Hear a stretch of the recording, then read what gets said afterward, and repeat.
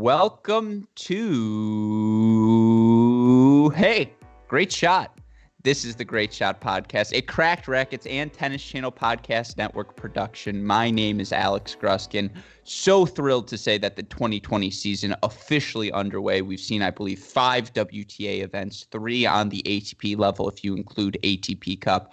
Obviously, we here at Cracked Racquets have had so much fun already this season with our first foray into play-by-play commentary. We were fortunate enough to get to do that, do the media all week long for the first United States Challenger of the year in Ann Arbor. Hopefully you listeners, you viewers even today, got to check some of that coverage. And if you haven't, be sure to go check out our website, crackedrackets.com. But to get today's podcast started, it is officially that time. After today, there will no longer be a day in 2020 where we can say, hey, has there been any Grand Slam tennis thus far this year? Because we are a little bit less than 24 hours away from the kickoff of the 2020 Australian Open, the first Grand Slam of the 2020 season. Joining me today to break down the men's draw, as he and I have done, I believe, for the past 3, maybe 4 slams now. And by the way, if you listeners have not noticed, if you're listening on the podcast format, we are live on video today for this preview. You know my guest as one of the co-hosts of the Mini Break podcast, not just Wednesday. Sometimes it's Tuesday, sometimes it's Thursday, sometimes it's even Monday. More importantly, you probably recognize that face, the red sweatshirt, as he is a former Denison men's tennis superstar. I affectionately, of course, refer to him as James Foster McDonald. Jamie, hey, great shot. You ready for this year's first slam? I'm ready. That's a great intro, by the way. That's phenomenal. I'm real excited. Gruskin, obviously, you and I had a few laughs before the pod, so we're ready. We've already talked a little bit, but we haven't gone all the way through it. So I'm excited to talk about each quarter and say what's up for Oz Open. Anyone who caught the intro, they heard me. I'm cuckoo for Cocoa Puffs. I'm also cuckoo for this 2020 Australian Open because it is finally that time of the year, Grand Slam season. Of course, you know, tennis being the 11, 12-month sport, it is throughout the course of a year. There's always action to break down. And of course, we do all of that daily on our Mini Break podcast. So if you've missed anything in the build-up to this year's first slam, be sure to go check that out. But there's nothing quite like Grand Slam tennis, Jamie. And of course, I know that's why we here at Cracked Racquets are all excited to gear up for our coverage. Have to give a huge shout out at the top to our 2 sponsors, Diadem and ArrowBar. Diadem Racquets, of course, you listeners are well aware of what they are able to help you do on the court. You get yourself a Diadem racket. Maybe we'll be talking about you come the 2021 Australian Open, of course, and there's no way to fuel yourself if you're training for the 2021 Australian Open throughout the year than by using our friends at ArrowBar, the tennis-specific energy bar. But all of those plugs out of the way, I'm just really excited to plug some tennis, Jamie, because it's really, obviously, nothing matters until we hit that first Grand Slam, right? As fun as ATP Cup was, as fun as Doha was, seeing Serena win a title for the 4th decade of her career, it's go time now, right? Grand Slams is what it's all about. This is the big leagues. This is what we're here to talk about. That's why we have the in-depth previews, and, you know, here we are. I'm excited. I was going to say, anyone who's listening to our Mini Break, know Jamie and I are looking forward to this preview because the one we did for the U.S. Open may have been the peak podcast. It was organized.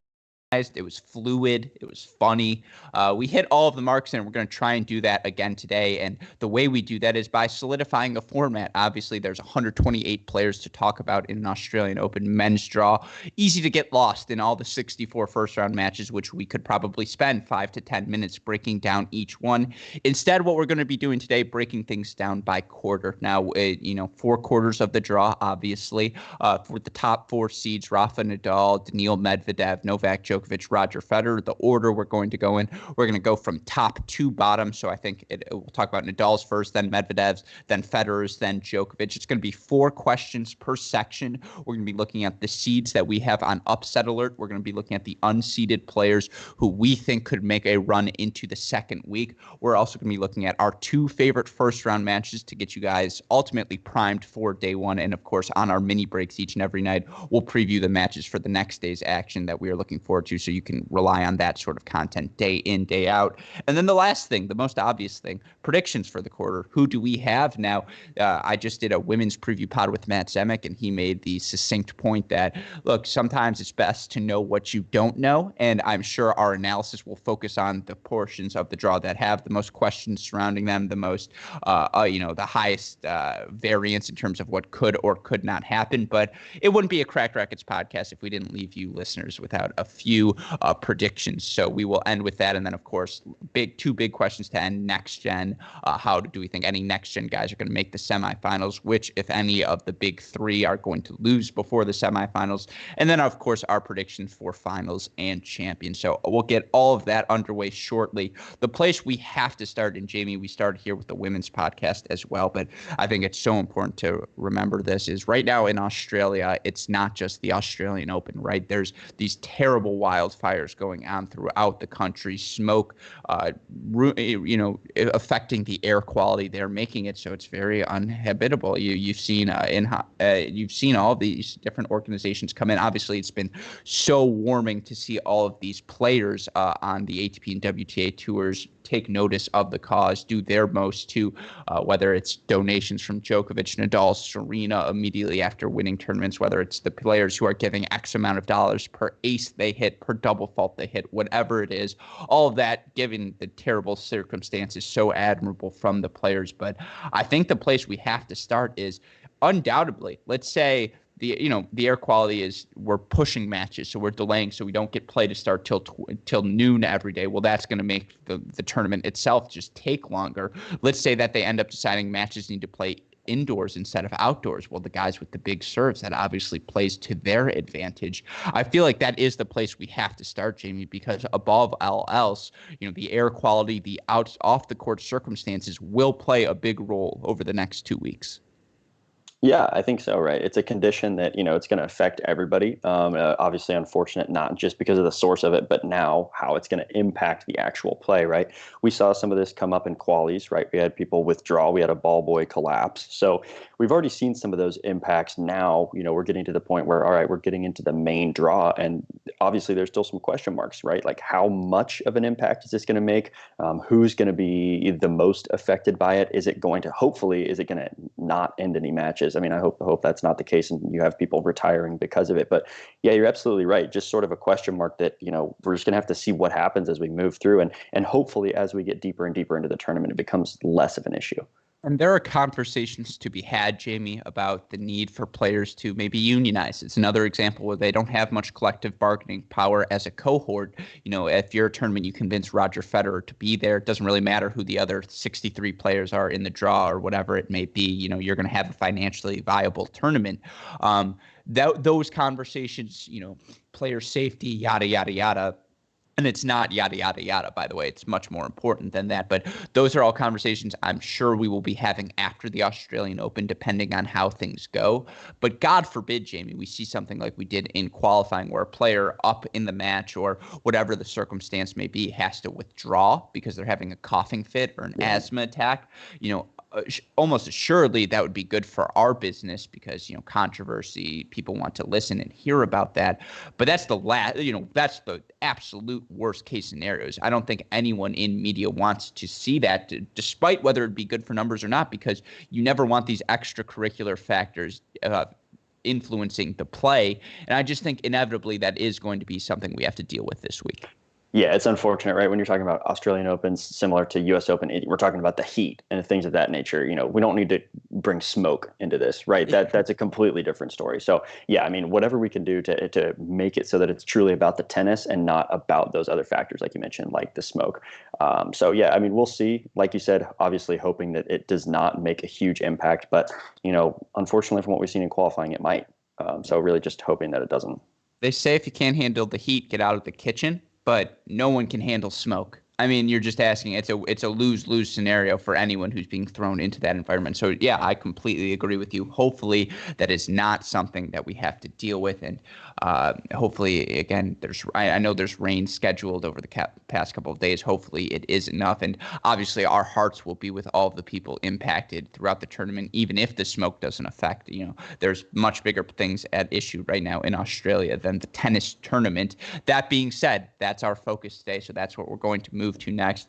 It's time for a draw breakdown. It's always exciting when you get the draw coming out. We gave our initial reactions on a mini break podcast earlier this week, but now we get the chance to do the deep dive. And as I mentioned, I want to start from the top to the bottom, and that means starting with our number one seed, Rafael Nadal, who has only played one event this year. He played the ATP Cup earlier in the season, looked really good throughout the entire time. I think only took one loss on the event, and that was to Djokovic in the final. Outside of that, pretty successful run for him. He had wins over guys such as Alex de Minaur in 3 sets, Nishioka in straights, Basilashvili, Cuevas. I should say he also lost to Goffin, 4-6. That's one I left off. But he's the number one seed here. And to start off, you look at the seeded players in this portion of the draw, Jamie. Number one seed's Rafa. The number 27 seed, Carreno Busta, would be the first seed he matches up with. In the next mini section, number 23 seed Kyrgios is in Khachanov, the number 16 seed's little portion of the draw. You also have the number 10 seed Monfils, the number 20 seed FAA Felix Auger-Aliassime, the number 29 seed Taylor Fritz, and then ultimately capping off with the number 5 seed Dominic Thiem. Of all of those seeds I just mentioned, Jamie, which do you have on upset alert? And meaning not just potential to lose in the first round, but not hold seed. Yeah, I mean, I think there's a few, and I think and we'll get to this later, but I think it kind of hinges on Kevin Anderson, honestly, coming out of this section, because I think there's a potential for him to take out Fritz and even Thiem if he's in really good form. So I've got Fritz and Thiem both on upset alert. Fritz the 29, Thiem the 5 seed there. You agree with that? So in my notes, and there's going to be crossover between our predictions. How could there not be? And in my notes, I had for Westoff, who, again, our super producer, helping us make this a video podcast. Shout out to him with his graphics. I put on there, upset alert, number 29 seed Taylor Fritz. Just because he does have that early matchup with Kevin Anderson. As you mentioned, that would be second round. I also just think in his matches thus far this year, Taylor Fritz has not looked particularly great. And then I had maybe Thiem at number 5. That is my other two upsets, simply because, A, you look at that matchup in Adrian Mannarino, a lefty going into a one-handed backhand. That's always a concern. B, you look at the potential second round there. Ramos Vinolas has been playing pretty solidly. I think he made the quarterfinals last week before losing to Tommy Paul. But in his first-round opponent, Alex Bolt, the young Australian, just the Australian, you're in an Australian home crowd. Dominic Thiem hasn't been playing particularly well thus far in 2020, although it's so early in the year. I also just think for Dominic Thiem, the Australian Open has never been the major outside of Wimbledon that he's had the most success at. I somewhat agree with you. However, on the whole, outside of the Kevin Anderson Fritz piece, I do not see many upsets here until we get into the seed versus seed start playing each other. If Kyrgios beats Khachanov in the third round, I don't think any of us would see that as an upset, although that would be Kyrgios upsetting the higher seed. Yep, I've got that one there as well. I mean, that's a 16 and a 23, and it's Nick Kyrgios, so it's hard to call that one an upset. A great match, I think, a great matchup that we're looking for, but yeah, not an upset. The only other one that I've got a little bit of a question mark on I is just want to throw Monfils. Well, before we get to Monfils, last thing on Thiem Mannarino. Thiem 7-0 all time in his career against Mannarino. So maybe not. That's why I said maybe, but I'm not too worried. But go on about Monfils. For that, well, no, I can address that too. I mean, for that to happen, I mean, look, we've seen Thiem sort of flame out even at the beginning of majors before. So that's why he's always a hard one, because you think about the top level of Thiem, then yeah, I mean, he's untouchable. But you've also seen him in the beginning. What was it, Fabiano that he lost to first round in a major? So I mean, we've seen it before, right? So, and what, you got something on Thiem? No, I'm just saying Dominic Thiem, second round, first round, third round, fourth round, second round in his 6 Australian Open main draws. So, yeah, I mean, not the major. This is the one where he struggles at. I do like your guy Monfils reference, by the way. He was another guy I had almost circled. Yin Sun Liu, not a guy who, he beat Andy Roddick in Wimbledon. What was that, like 10 years ago? Something crazy like that. Since then, I have to say, not much. But the reason I have Gael Monfils, and this gets to question two, you talk about the two most dangerous unseeded floaters in this portion of the draw, guys who could make the second week. Kevin Anderson, the obvious one. I think Vasek Pospisil is right up there as well. He's a guy who, especially if they go indoors because of the conditions with his serve, his, big game, I completely agree with you. Monfils has reason to be worried. Yep, the reason I circled Monfils wasn't necessarily because of the first round, but the second round clash with Pospisil. Now, granted, Pospisil has to get through Karlovic, which when you're playing Karlovic, you never know, really, especially if it's indoor, big serves. But anyone who watched our intro knows that's your pick to win. Karlovic, put all your money on him to win the tournament. But no, for real. I mean, Pospisil, same sort of line of thinking there. But you're right. I mean, that leads us into the next discussion, which is the unseeded players who could make the second week. I know I already mentioned Kevin Anderson. I mean, to back it up a little bit, he looked good at ATP Cup. I know we hadn't seen him that much in 2019, but he beat Benoit Paire. He crushed Christian Garin, and then had a close 6-6 match with Djokovic, right? So he's looked pretty good thus far, and it's been really early. So to me, there's no reason that he can't make that second week if he comes up with some big wins. Yeah, I think both of those guys, Anderson, Pospisil, are two guys I have circled as well for all the obvious reasons for Kevin Anderson. And I think for Vasek, we've made that pretty clear there as well. The only other unseeded guy who I just want to put a flyer on. I'm not saying he's going to make the second week. I'm not even saying he's going to win his first round match. But I watched Mikhail Ymer knock off Francis Tiafoe last week. I watched Mikhail Ymer go to the next gen finals last year, I think it was the semifinals as well before losing in 19. This is a guy who climbed all the way from outside the top, I think 200 into that top 100 range. He goes 53-18 last year. A lot of that coming on the Challenger Tour, where he racked up a bunch of success. Won, I believe it was 4 Challenger titles last season, 3 of which came on hard courts. I mean, this is a guy with the firepower. This is a guy who just from the ground, it's incredible what he's able to produce. Another one of those guys alongside of FAA and Rublev, where you just see them hit the ball and you're like, oh my God, like, is this the way the future of the game's going? Are these guys really going to be able to produce this much power just casually wherever they are ground stroke wise on the court? And I would put Ymer in that mix. Now you look at his draw. First round, he has Uchiyama, which that's a winnable match, right? Both of those guys in the let me get a first round Australian Open win to really juice my prize money sort of quality of player range right now. But for Mikhail Ymer, look, these breakthroughs happen for these guys all the time. And there's always one in the Australian Open you don't expect. I think Karen Khachanov is going to be a very difficult second-round opponent, but there's a world where Khachanov plays with his food a little too long, like he seems to be, like he's had the propensity to do the past 6 months. Ymer's, the match plays on Ymer's terms, and he's just really good from the baseline there, and he does enough. Now, he would still have to beat Kyrgios to make the second week. So, again, that's why this is a stretch. I'm not saying this is a sure thing, but just a flyer on Mikhail Ymer. And if you haven't, definitely take the chance to watch him this tournament. What do you think about that? I think it's fair. Like you said, going to be really difficult, especially getting through those 2 seeds, Khachanov and Kyrgios. The only other one I had to put in there just out of love was my boy, Gilles Simon. He's this first round who has not looked great. And then you got to hope for some good stuff. Well, I mean, but no. So are you flying down or are you playing the match? You're flying straight from here, right? To take on Cuevas? Correct. Yeah, right when we get off, I'll be taking on Cuevas. Yeah. I feel good. He's looked bad. It's going to be good.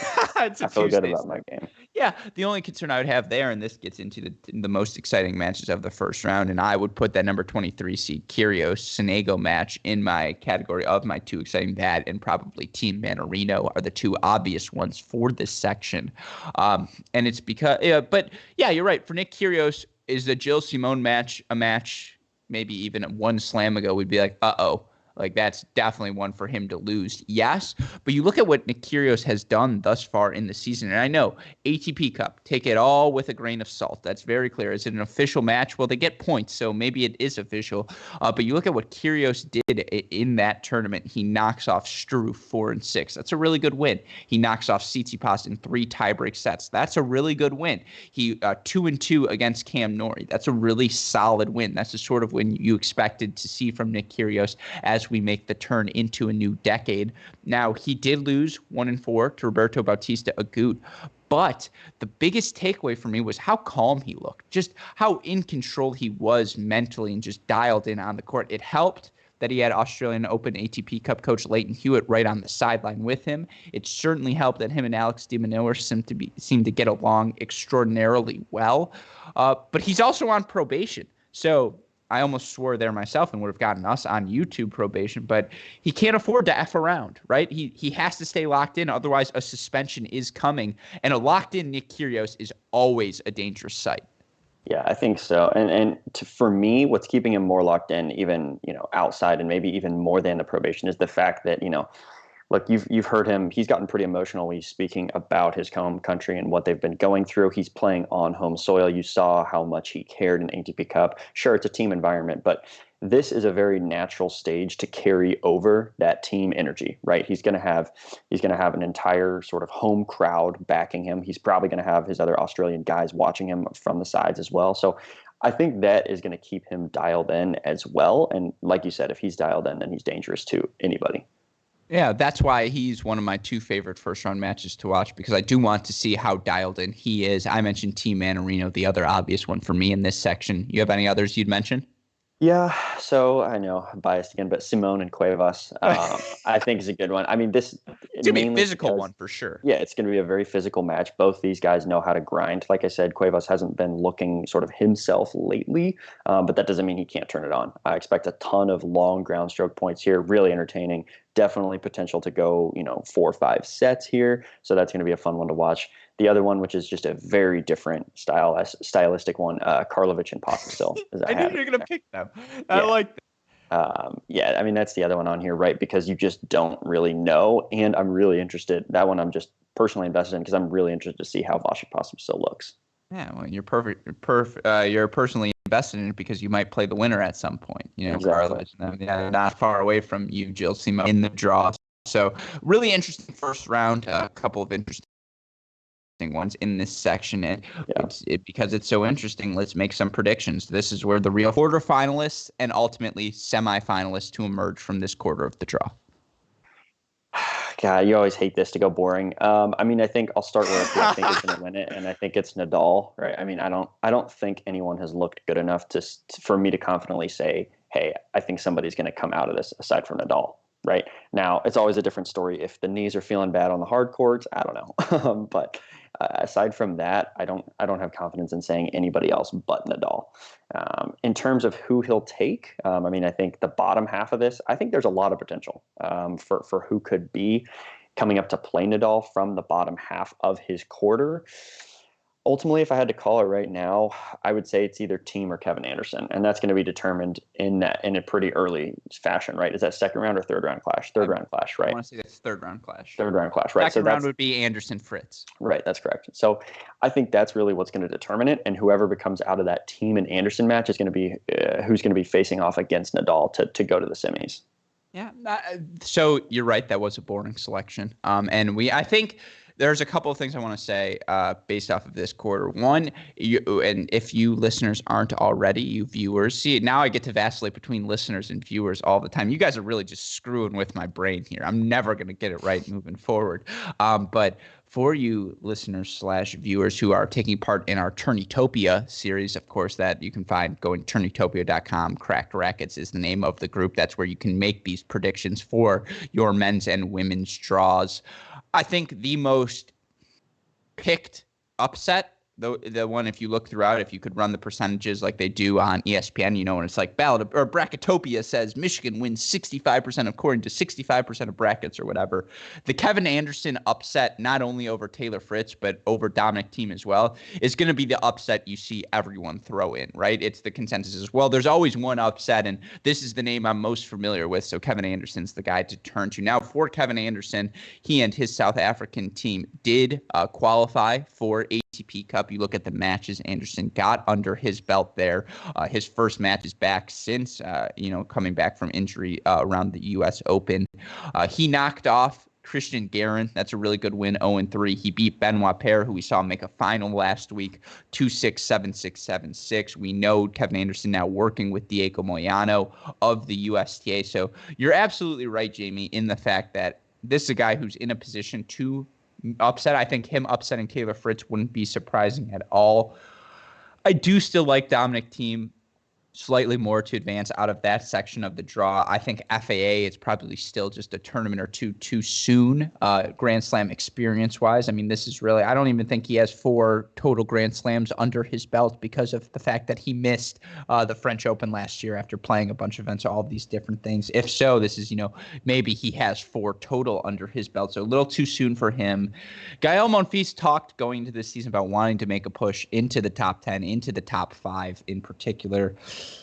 But I just think Dominic Thiem, I'm ready to pronounce him my French Open 2020 favorite. And so I think at a minimum, if I want that prediction to hold true, he needs to make the quarterfinals here. I think he's going to do so. Now, we spent a lot of time on this quarter, but now comes the most fascinating thought exercise, and we explored this a little bit. I think Khachanov-Kyrgios could be the best third-round match of any. I mean, we saw how spirited things got between the two of them in Cincinnati, right? Isn't that the match where Kyrgios threw his hissy fit that ultimately has him on probation here? So Kyrgios is going to be locked in for that. And, God willing, he moves through that. And I say God willing because I think we all know how great the Nadal-Kyrgios rivalry is at this point, the disdain those two have for each other. You throw in the fact that not only is Kyrgios playing for his home country, playing for charity, playing with all of this this chaos in Australia in the background that he is trying to help guide the nation through. But he's also on probation. So, he's going to be forced to be locked in, and he freaking hates Nadal. There's no one who's going to elicit Kyrgios' best tennis beforehand, more so than Rafa Nadal. Now you throw in the extra circumstances. Now you throw in the fact that he's at his home slam. It's a 4th-round match. He gets the upset there, and now things are really moving. And my heart so badly said, Alex, it's just a podcast. There's no real stakes. Just predict Kyrgios. No one's going to hold it against you if you take Kyrgios to make the semifinals. If anything, you're going to look great when you're right. Plus, you have the fact, Rafa, what he's done since, winning the U.S. Open. And I see your face. You're like, all right, get to your point here, Alex. Make your prediction. But for Rafa, you talked about the knee injuries. I mean, think about it. He played a 3-hour exhibition with Tsitsipas at the end of December for really no reason in Mubadala. But they were just like, hey, let's do this thing because we get paid hourly, apparently, as professional tennis players. But now you look at what he did throughout the entirety of the ATP Cup. 6 singles matches on his body. I believe he played 2 or 3, I think 2 doubles rubbers as well. That Djokovic match, I mean, you could tell he did look a little bit wounded. The Dimmenauer match taking so much out of him. There's a world where Nadal has a bum knee come week 2, and it's just by being Kyrgios in the right place at the right time, he or Dominic Thiem can find themselves in the semifinals. I just don't think this is the slam for Rafa. I think this is at a minimum a Djokovic slam, so I'm willing to take a risk with my Rafa prediction. I'll take Thiem in the semis. Screw it. We have to differ a little bit. I almost said F it, but again, we're live on YouTube right now, listeners, so that's why you're not going to get the quack there unless Westhoff feels so kind as to throw one in. But yeah, I'm going to go. I just think with Rafa, there's a lot of question marks for him right now, and it's a really talented portion of the draw. Am I crazy, or is that feasible? I think it's fair, and it's one thing I'm glad you said that about Nadal, particularly because he is the 1 seed coming into this, but he doesn't feel like it. So that's kind of where I'm at, and so that's why I'm fine with the takes too. It's it doesn't feel like it, right? If anybody's supposed to be the 1 here, it feels like Djokovic, right? They just played, and Djokovic beat him. What was it, 2-6? So, I mean, look, obviously when it comes to the big stage, you never know. Nadal will amp it up. Same thing goes for Kyrgios. I mean, when they met at Wimbledon, it was earlier in the tournament and Nadal was still so fired up because it meant that much to him. So you talk about Kyrgios wanting to raise his level when he plays Nadal. Don't forget about Nadal on the other side. He's going to want to raise his level as well. But no, you're right. Nadal, a little bit more of a question mark. And ultimately, yes, he's the 1 seed. I still think that he's the most probable to come out of this section. But you're right. I don't think Thiem's a bad pick. And honestly, if Kyrgios beats Nadal, there's no reason Kyrgios couldn't be the pick out of this one too. Yeah, it's a really fun section of the draw and one I know everyone will be watching closely. But we spent way over time on section number 1, and if that's the case, we're going to be here for 2 hours, so we can move on to our next section. A really fun section here. You talked about Rafa not feeling the number 1 seed. I think if you were going to go based off of 2020 feelings, Djokovic may be the one, but our number 2 and 3 seeds would both lie in this quarter of the draw, and of course the players I'm referring to, the number 4 seed Daniil Medvedev's, whose quarter of the draw we are going to look at next. He has maybe, and in fact not maybe, I'm going to say definitely the hottest player of 2020 in this part of the draw. The guy who I can guarantee you, much like I did with the Kevin Anderson thing, if Turnitopia said, hey, 70% of brackets have this player advancing to the quarterfinals, and that's the number 17 seed in this section, Andrei Rublev, who comes in off the back of back-to-back ATP tournament titles to start his year. Titles number 3 and 4 for him on his career. He obviously also ended the 2019 season so well, beating Federer in Cincinnati, making the 4th rounds of the U.S. Open. This is a guy who's been in a quarterfinal of a slam before. So as someone everyone is circling as they look at this portion of the draw, and even though he may be the player coming in with the best form outside of Medvedev, he is not the second highest seed. You look at the seeds in this portion, number 7 seed Alex Zverev, number 26 seed Nicolas Basilashvili.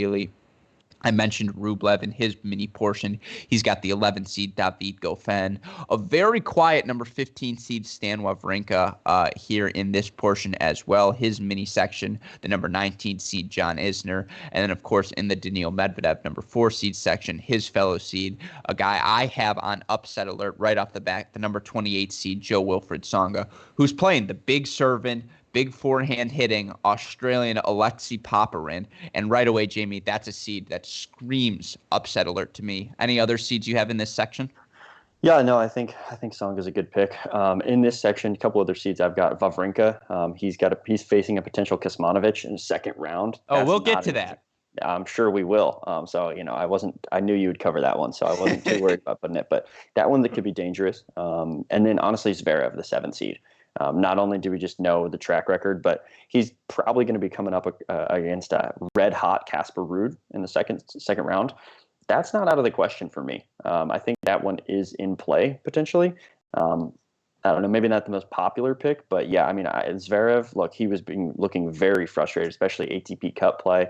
I don't think he's going to be feeling great coming into this tournament. I don't think it's going to translate that well. Now, I think if he gets on a roll and gets to the second week, then it sort of resets him and he's in a good spot. But getting to that second week, I think is going to be harder than some people might think for Zverev. I so happy you mentioned that, Casper, because it may not be a popular pick abroad, but it's definitely a popular pick on this podcast. I have Alex Zverev circled as well as a guy who's in a little bit of danger. I mean, Casper Ruud made his ATP final in his career, came on the clay. I think that's a surface where he's had more success than the hard courts. But, I mean, look at his forehand. Look at that. That is not a guy who's afraid to take big cuts on the ball. And, Alex Zverev is not afraid to let you dictate play. He's happy to be 10 feet behind the baseline counterpunching. And oftentimes that's when he finds himself in trouble here at these majors. So, we talked about in the build-up to this, the worst case scenario for Alex Zverev is to suffer another early loss at a slam to kick off another season on the ATP Tour. That would just be devastating for him. And, he hasn't had a good kickoff to this year. He spent the majority of his offseason traveling around the world with Federer, not as, you don't want to say he wasn't locked in, because I'm sure he was putting in the hard yards, but there's something to, the glamour of doing that exhibition series. I'm sure, money-wise, it financially made a ton of sense, but, tennis-wise, we'll see. So I agree with you. That's another person I have circled. I have, you mentioned the Wawrinka thing against Kecmanovic. I will get to that when we talk about our unseeded players. But I'm also going to throw John Isner here in the mix, because it's not a grand slam until you watch John Isner 7-6 in the 4th set serving to stay alive. And we all know we're going to see that Diego Monteiro guy who has played pretty well to start this season, a couple of wins for him, but for Isner as well. You look moving through the draw, you'd have to play Galan or Tabilo in the second round, both qualifiers, but then he would take on a Kecmanovic or Wawrinka. Hard to see a path for John Isner making the fourth week here. I just think those are all really tough. But then at the flip side, maybe he serves really well, and we'll see him move on. But to get to the other side, the last upset I potentially see early in the week, and this gets into unseeded players that can make the second week. We talked about Casper Ruud, who, if he knocks off Alex Zverev, at that point you've beaten the big seed in your section. All you have to do is beat one of Basilashvili, Kwan, Verdasco, or Donskoy. Not the easiest of tasks, but at that point certainly winnable for Casper Ruud. But I think the guy you have to watch in this section above all else is Miomir Kecmanovic. Kecmanovic, a guy who ended his 2019 season on very, very good terms. A guy I kept harping you, hey, we should throw a a mini break preview pod for his 2020 season. He starts his year off beating Jordan Thompson in straights, beats Tsonga in straight sets, beats Fucsovics 2-0 before losing to the red-hot Andrei Rublev 3-1 in the semifinals of Qatar. At the next-gen finals, he knocked off Casper Ruud. He knocked off Davidovich Fokina, lost to Dimenauer and Sinner, both in 4 mini sets. But good result for him there for Kecmanovic. He lost qualies in Paris, but he ended his 2020 season really well. And this is a guy who just a former world junior number 1. I think it's always been a matter of when, not if, for him. Just the talent there, the floor, I think so much higher for him than the average player because he can do so many things so well. There's definitely a world, Jamie, right, where Kecmanovic, Stan Wawrinka made the semifinals as well in Qatar. I think he lost to Ugo Humbert, I want to say, in that semifinal match. But Courtney Moutet in 3 sets, and on the course there, he beat Bedene, he beat Chardy. I keep mixing up Moutet. It's over for me for those two. I'm sorry, guys. But I know Stan Wawrinka's been good, but like you look at Stan Wawrinka's last couple of results at the Slams in particular, not world beating by any means. He went. You look at what he has done. That is the Kecmanovic. You look now at what Stan Wawrinka has done at the Australian Open over the past couple of years. Nothing crazy, right? These past years, second round in 2019, second round in 2018. Dare I say, second round loss to Kecmanovic here in 2020. I don't know. I think since we're talking about unseeded players to make the run, Kecmanovic is the one that you circle first. Am I going to pick him over Wawrinka if they face each other in the second round? No. But I still think if you got to pick one, Kecmanovic, not the worst pick. My other one in terms of unseeded players is Casper Ruud still. Because if the draw breaks, so if he beats Zverev, that section, those couple matches, very winnable for him. Then he would have a clash with potentially. There's no reason that he can't get through that. Once again, hinging on a big win over Zverev, perhaps. But nonetheless, I think if the draw breaks open for him, no reason he can't get to that. All I'll say is that Kecmanovic-Wawrinka match is like a 4 ArrowBar match. I'm saying get your 30% discount now with code CRACKED30, CRACKED30, because, it would take a physical effort from Kecmanovic. Certainly, you got to track down those extra one-handed backhands from Wawrinka. But to your point about Casper Ruud, I completely agree. I think we sort of laid out his pathway to the second week already if he can get a win over the number 7 seed, Alex Zverev. What's crazy to me is we've been talking about this section all of this time, and we haven't mentioned our number 4 seed, Daniil Medvedev, and maybe that speaks to the fact that he's sitting pretty comfortable at the top of this portion of the draw. That being said, he plays one of the most intriguing first-round matches of either the men's or the women's draw, the ones that pop out immediately. Pliskova, Mladenovic for the women. That's going to be a really spicy one. But this first-round match, last year's defending Australian Open and quarterfinalist, not Daniil Medvedev. It's his first-round opponent in Francis Tiafoe, who Tiafoe starts his year 0-2. 2 3-set losses for him. So not horrible. He definitely had chances, but how often over these past couple of years have we seen these 3-set losses build up for Tiafoe? And you look at where he's at in the live rankings right now. Tiafoe will go into this Grand Slam ranked number 50. And you lose quarterfinal Grand Slam points while being ranked number 50. That is a precipitous fall. It's just a bit. It's not where you want to be if you're Francis Tiafoe. So this is a make or break match for him. He's got to come out and bring it all. And I just worry. So worry's the wrong word. I think for Tiafoe, of all the top seeds to draw, this may be the best one because Daniil Medvedev's not going to be slapping winners against him. He's going to give Tiafoe time to play around, to hit some slices, to extend rallies, to go after an inside-in forehand, to move forward like Tiafoe wants to do. That being said, this is a really tough one for Tiafoe.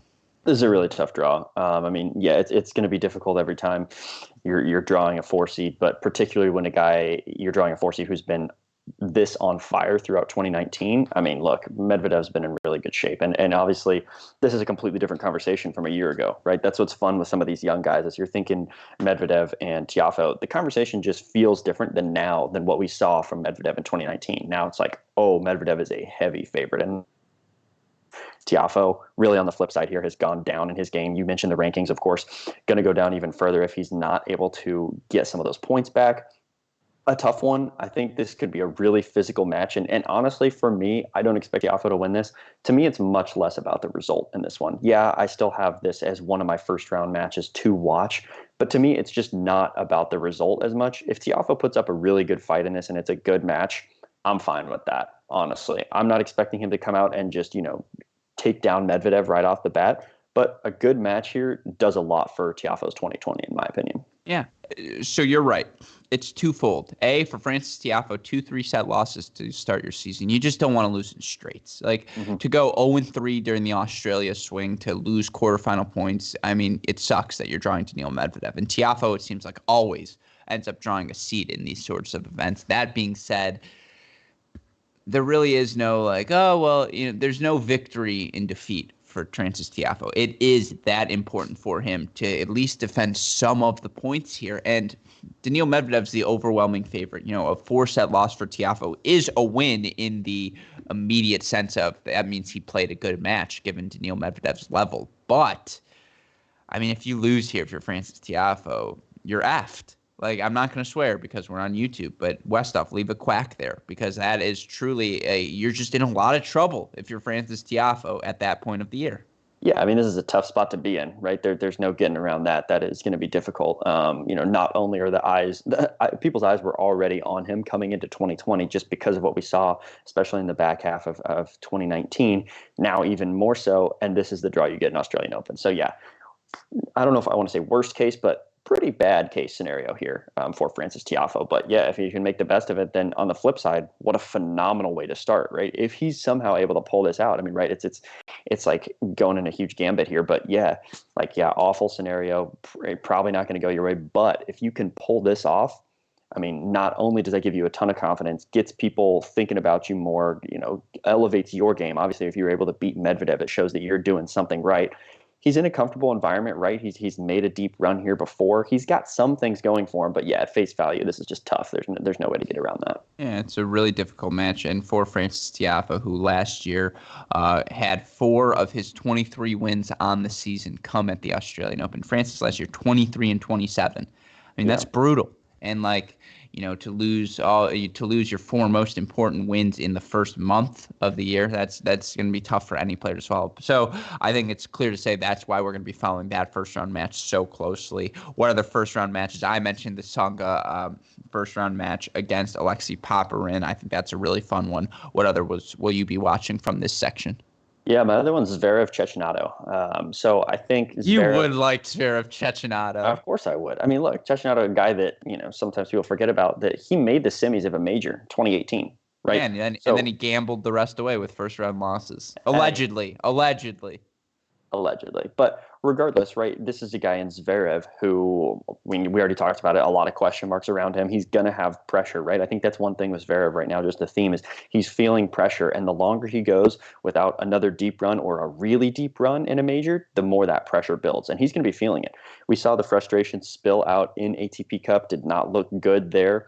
Cecchinato, like I said, has made the semis of a major. I mean, there's a scenario here where this match goes the distance, and Zverev, this is not an easy win for him, I don't think. 2 things can be true. Not an easy win, but you're crazy if you're saying I should be interested in this one. I'm not interested in You're not interested in this match at all. I'm interested in Zverev. Well, yeah, but you're not even interested to see how Zverev looks. I hate Cecchinato matches. I'm just not a fan of that style of play. I just the one-handed backhand, right, for Cecchinato, and just the way it's just all. And I'm too nervous. The truth is, when I watch Alex Zverev matches now, I'm so anxious. I'm just like, oh, is he really gonna lose again? Yeah, okay. You know what? I retract my earlier statement. You're right, Jamie. That is an interesting one. The only other one I would throw into the mix there is Pierre-Hughes Herbert versus Cam Norrie. Those are just two really good tennis players, and so. That's going to be a really – and the lefty, the righty, one wants to move forward. One's willing to grind a little bit more at the baseline. Going to be a really fun one. All right, predictions for the quarter. What's interesting to me is we've talked about upsets and unseeded players, but we haven't talked about the favorites. And we really haven't talked about the two guys who I think are clearly by most people's accounts – probably, again, if you look at the Turnitopia, this is the quarterfinal prediction that they have would be Medvedev coming out on the top and Andrei Rublev coming out on the bottom. Are you someone who falls into that camp and we talked about this a little on the mini break, so I apologize for asking you again, but for our listeners who may not have listened to this, 2 weeks of tennis for Andrei Rublev in the build up to this. That's a lot of matches. I think that's 8 total matches, right, that he had to play. Now, he won them all. I think he only dropped 1 set total in those 8 matches, maybe 2. But that's a lot of tennis to put on your body prior to the year's first slam. So for you, is that something that you factored while making your prediction, or are you sticking with, Rublev and Medvedev, the guys entering this part of the draw with the 2 best forms? That's why you're sticking with them. I mean, it's not a bad take, right? I mean, I think Medvedev, the obvious one here, Rublev, also a good take just because of what we've seen from him recently. You and I talked about this a little bit. The miles on Rublev does not concern me as much, even though we have seen some injury from him in the past. So maybe that's in play. For me, though, one we're not talking about is David Goffin, a guy who we just saw beat Rafa Nadal in straights. I like it. Now I don't think that's out of the question on the bottom part of this quarter. I don't think that's – now, do I expect even if he were to get to that stage to beat Medvedev? No, I don't think so. Is it possible? Sure. But in terms of beating Rublev or whoever comes out of the bottom to get to Medvedev, I think that's in play for David Goffin. So I'm really happy you mentioned him. I have in the notes I sent to Westhoff when he was making all of the beautiful video presentations you viewers are now seeing, that for my top half, I have it pretty simple. I do think Miomir Kecmanovic is going to knock off Stan Wawrinka.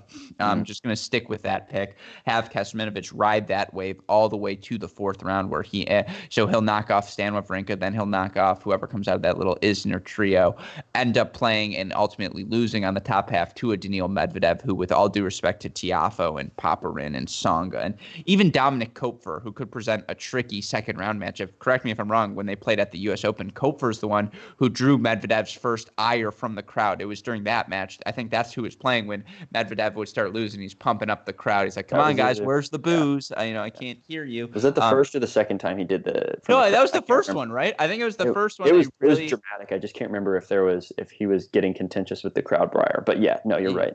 And so that's a really fun second rounder. I still just think Daniil Medvedev is going to cruise to the quarterfinals here. And in terms of who he plays, again, if Andrei Rublev is rested and healthy, clearly the favorite in that portion of the draw. With all due respect to Goffin, to Zverev, I mean, just the eye test. And over the past 6 months, whose results would you rather have? Andrei Rublev, who's something like 28, 29, and like 6 with 3 titles, or would you rather have, Zverev or Goffin, who have really just kind of been in a stasis pattern, holding in that, number 6 to number 12 range over these past couple of months? That being said, it's a ton of tennis. So I have the scenario. Goffin knocks off an exhausted Rublev, then plays Alex Zverev. That's almost a best case scenario for me because I think Goffin, a guy who Alex Zverev matches up with particularly well. I do see a world where it's Medvedev-Goffin. I do see a world where it's Medvedev-Rublev, but I'm going to go with the world that I want to see the most. I'm going to take Alex Zverev. For the love of God, please. You had eye surgery. Your eyesight's better. You got all of the bad tennis out over these past, these first 3 weeks of the 2020 season. Let's just prove the naysayers wrong. Let's just make the quarterfinals here. Give yourself a shot at Daniil Medvedev. I'm too afraid to even make a prediction in this quarter because I know no matter what I do, it's going to be wrong. It's just going to be Medvedev. I want to take a Zverev making the semifinals against Thiem, but I just don't think now's the time. I'll play it a little bit safe here, although I reserve the right to come back. I'll take for my top half semifinal Dominic Thiem taking on Daniil Medvedev. Fair enough. I mean, we already covered it. I think right now the favorite's still got to be Nadal. We already mentioned all those scenarios as well. But in terms of who he would be playing, I mean, Medvedev's the obvious one here. One that we didn't talk about getting through, Wawrinka. I know I'm always going to put him There in it is. chance. I was waiting. We've seen what he can do at the Australian Open. Obviously, not in the last couple of years. It hasn't been his best, but this guy catches fire. He can beat almost anyone. He had that great match against Medvedev. What was that, U.S. Open? And so it's in play. Like you said, in terms of the bottom half coming up, yeah, I'm rooting for Zverev as well, right? You hate to see a guy that talented not sort of get to the stage where he's should be, quite honestly. In terms of confidence in him getting through all of those, no, especially not beating all of everybody and getting through Medvedev as well. I think you got to go Medvedev coming out of the quarter. Yeah, I think that's a safe pick, and ultimately will end up being the right pick. But with that in mind, two quarters down, two more to go. Let's get to our bottom half of the draw, and now we enter the really spicy territory, in my opinion, because the number 3 seed Roger Federer, with all due respect to Rafa, with all due respect to Federer and all he's accomplished over all of these years for his professional tennis. I mean, he's the one guy we haven't really seen yet in 2020, right? No warm-up events for him. He's entering, what is he, 38 this year now? He turns 39 later. Is that right? Is he 38 or 36 or 37? He's somewhere in that range. I think he's 38, turning 39. Somewhere. Yeah, he's looked the exact same for the past 5 years, really the past 10 years. I will say 2000s Federer was a little chubby. Not like actually chubby, but he was thicker. Like nowadays, he's gotten svelte in his old age. And that's not relevant to the coverage, though, of course, of this quarter of the draw. Where a svelte Roger Federer faces some really interesting seeds in his portion. The one that screams out right away, one of the, we mentioned Rublev, Medvedev, two of the hottest players, will maybe in the top 5 alongside them to start this season. The number 31 seed, Hubie Hurkacz, who would be Federer's third-round opponent. You move up from there, the number 18 seed Grigor Dimitrov and 13 seed Denis Shapovalov. Shapovalov, another guy you could throw on that list right above them. Above that, number 12 seed Fabio Fognini and the number 22 seed Guido Pella. And then finally we have on the top of this portion of the draw, the number 25 seed Borna Coric and the number 8 seed Matteo Berrettini, coming off of the first semifinal at a Grand Slam of his career. Jamie, you look at all the seeds I mentioned in this portion. Who do you see most susceptible to an early upset? Yeah, I mean, I think the one we got to start with is Fabio Fognini. He's got the first round with Opelka. I mean, I think that's second straight major. I know. That's what I was about to say. We just saw this, and so you got to think Fognini's like, come on. And yeah, am I confident in Fognini at the moment? No, but even if I was, this would still be a really dangerous matchup, right? So that's, I think, the obvious one, the 12 seed there, potential trouble. And the other one I've got is 25 seed, Borna Coric. Mainly because I'm just not sure where he is. I'm not sure where his head's at. I'm not sure where his game's at. And so it's hard for me to say going into this that, yeah, I think he can protect his seed because, honestly, I just don't know. Yeah. For the record, I'm looking right now at the 2019 U.S. Open draw. The first match to draw Medvedev's iron. I can't believe I forgot this. It was the Feliciano Lopez right before Kofor. It was the match. Kofor was the second one. Yeah. Yes, and the reason I say that is because Kofor was the guy who knocked off Opelka after Opelka earned a 6-3, 6-4, 6-7, 6-3 win over Fabio Fognini. Now, I was talking with one of my non-cracked rackets, but still tennis friends, because let's be honest, that's all I've got. You have those? No, that's all I've got. Like, if you ask me, do I have any friends for my real job? No, but I can't believe you have tennis friends outside of cracked rackets. That's where's the loyalty? Don't worry, none of them work for Tennis with an Accent. None of them work for Tennis Takes or any of the competition.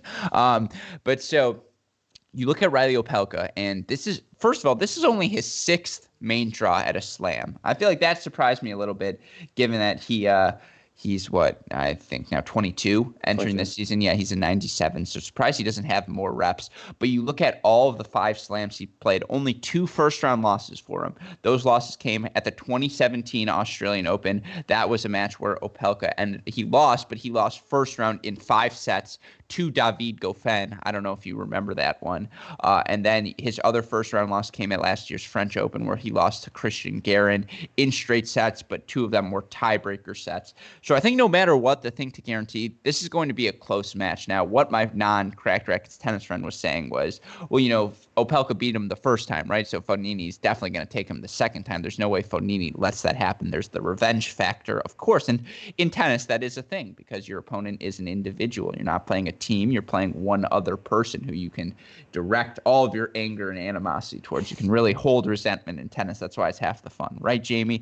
But for Opelka, I mean, outside of that loss to Garin, again, first round Wimbledon last year, he beat Steb in 3 sets. Then the first seed he had to play, Stan Wawrinka, a 5-set match. He won 8-6 in the 5th. You look at, again, I mentioned that U.S. Open, but you look at what he did in Australia last year, 7-6, 7-6, 6-7, 7-6 over the number 9 seed, John Isner. This is a guy in Riley Opelka who will not fear this moment. So I could not agree with you more. Despite him having already done it, we talked about in winners and losers. Who's more upset about this? Opelka, because he's like, really? I should play a top 12 seed again? You guys realize I'm ranked in the top 40. Or Fabio Fognini, who's like, really? I have to deal with the Riley Opelka serve on a hard court again? Like for best of 5 sets? Are you serious? So really a lose-lose for both of those guys. So I agree with you, though. Upset alert for Fognini. Upset alert for Borna Coric as well, who is probably just upset about the fact that he has to switch from Nike to Asics. That's a tough look. I say that lovingly. I'm sure Asics, if you want to come sponsor us here, we'd love to have you. As you can tell, God knows I need a new undergarment below this Cracked Rackets shirt, and it would look even better if it were Asics. But Sam Querrey's a tough matchup, first of all. Now, Querrey just got rocked by Andrei Rublev. Yeah, but it's a tough matchup. And, just confidence-wise, where's Borna Coric at? I mean, I know he had a good win in the ATP Cup when I believe he knocked off correct me if I'm wrong. In ATP Cup, he knocked off Dominic Thiem in 3 sets, but then he lost 2 pretty straightforward straight set matches to Hubie Hurkacz and Diego Schwartzman 2-2. So I agree with you. It's just for Borna Coric, where is he at mentally, physically, emotionally, spiritually? All of these different questions. And the other one I would put up there as well, Guido Pella, the 22 seed, simply because hard courts aren't his surface. So I'll throw him here. The other. If Tommy Paul if Tommy Paul knocks off Grigor Dimitrov to start the season, I don't know how big of an upset that is, although Grigor is playing really well to end 2019. It's a huge upset. Yeah. First of all. Yeah. Okay. So that may be true. I also could see, Shapovalov's in that section 13 seed. He's seated higher than Grigor, but there's a world where Yannick Sinner knocks off Shapovalov in that second round and just channels what we saw at the end of last year and just, we know by law the next gen champion has a birthright place in the subsequent years Australian Open semifinals. That could be Yannick Sinner this year. Let's not forget about that unseeded gem when, as we get to our second part, Jamie, you look at the unseeded players who can make a push to the second week. I mean, he's right near the top of the list. Yep. Nope. I mean, I've got him in there as well, just like you mentioned. And I think that Shapovalov match, not only is it going to be a really fun one, yes, Shapo comes in as the favorite if they clash there, but not unwinnable for Sinner by any stretch of the imagination. My first take on this one was just that it's too bad that Hurkacz is barely seeded. Otherwise, that's the obvious pick in this one. But ultimately, I think it's Opelka who is the other person who could potentially make it to the second week out of this because – you mentioned it. Oh, is it a lose or who is it a bigger loss for, Opelka or Fognini? Honestly, I think it's Fognini because Opelka has the experience. He just beat him. And this is what happens when you beat, a higher seed right off the bat. Your section of the draw tends to open up, right? Because it breaks for that top seed who would have filled the spot. So if Opelka wins that first round clash against Fognini, there's no reason he can't move it a few more matches and get to the second week. Yeah, I think this is a really fun section just in general. You talk about a guy who just won himself a tournament as well, Ugo Humbert, who just got his first ATP title. Mm-hmm. He plays John Millman in what should be a really fun, really physical first-round match. And then the winner of that plays Hubie Hurkacz. I mean, Humbert, Hurkacz, 2 of the premier young talents, 2 guys who I think we're going to see linger in the top 40 for sure, be seated at slams a lot over the next decade, excuse me. it's a fun section for unseeded players. I mean, Tommy Paul lost that semifinal to Lloyd Harris, but I'm telling you, if Grigor Dimitrov plays Tommy Paul, that is the single most handsome match in the history of tennis. Those are two guys who are just both so good looking. Good looking, good swag on the court. They don't look like Gruskin when they get on court. No, but no, you're right. Yeah, that's a good looking matchup in pretty much all facets. So yeah, I think, and you talk about Ugo Humbert. Of course, he's looked really good as of late, grabbing that title over fellow countryman Benoit Paire. You mentioned it for a good first round match. When we're talking about our favorite first round matches, looking at this section, Millman against Humbert, I don't know if one or two, but he's one of my two ones I have to watch in this section. Yeah, I think Opelka Fonini is right. That's the other one. It's so obvious. It's not funny. I will say, in terms of first round matches, this may be my favorite. I think even Sandgren Trungaliti isn't going to be bad. I think Carbeas Bania Barankis is appealing. I think J.P. Smith, who's a former college guy out of Tennessee, that's a match as a nerd I'm all in on. Him playing Guido Pan. Of course, he's a hometown wild card, but yeah, like Leonardo Mayer, Tommy Paul, that's a great one. That's one I've got as my honorable mention. Yep. Even Steve Johnson, Roger Federer, it's like, well, that's a lot of backhand slices. A lot of slicing. Yeah. I'm going to be there. I'll be there in the front row. No, that's not true. You're going to be too busy playing your first round match, Jills. Come on. You got to focus on Cuevas first. A few times. But exactly. Got to focus on Pablo first. No, but it's a really fun match. It's really tough to pick only two, first round. For Jannik Sinner, I think this is his Grand Slam premiere, maybe his second Grand Slam main draw. But I talked about it with Ben Rothenberg when we did our GSP Next Gen. As good as Jannik Sinner looked at the end of last season, and Ben was all in on it. Let's be clear. Sinner's taken some losses to start this year. I mean, this is an 18-year-old kid who is going to take some lumps. You don't get to swing your way and win every tournament at that age. It doesn't happen. Lumps happen, and it's how you respond from that adversity that makes you either a good player or a guy who just had a little fling that makes you separates the Chechenatos from the world with the guys who are consistent, week in, week out. But yeah, he's really fun to watch. I also last match I'll throw in here, a really fun first rounder. Jordan Thompson versus Sasha Bublik. Like that, I will always watch Sasha Bublik for the big. You're always bringing up Bublik, no matter the tournament. It's like if Kyrgios is on probation, you want to know the guy who's most likely to destroy every racket in his bag, who's most likely to take a ball and like tomahawk it at a member of the audience. It's Sasha Bublik, who could turn a drop shot into a forehand slice at the guy who's pissing him off in the front row. And that's fun tennis to me. So really fun first round matches, really fun just sequence of events in this portion of the draw, which gets us to our final part. We mentioned a bunch of the unseeded players, a bunch of our favorite first round matches. Let's go predictions here, because there are a lot of ways this section could go. And if you believe Opelka is going to knock off Fognini, that's the first domino sort of to fall from there. But you could also take the less aggressive path. So, Jamie, where do you see this section going?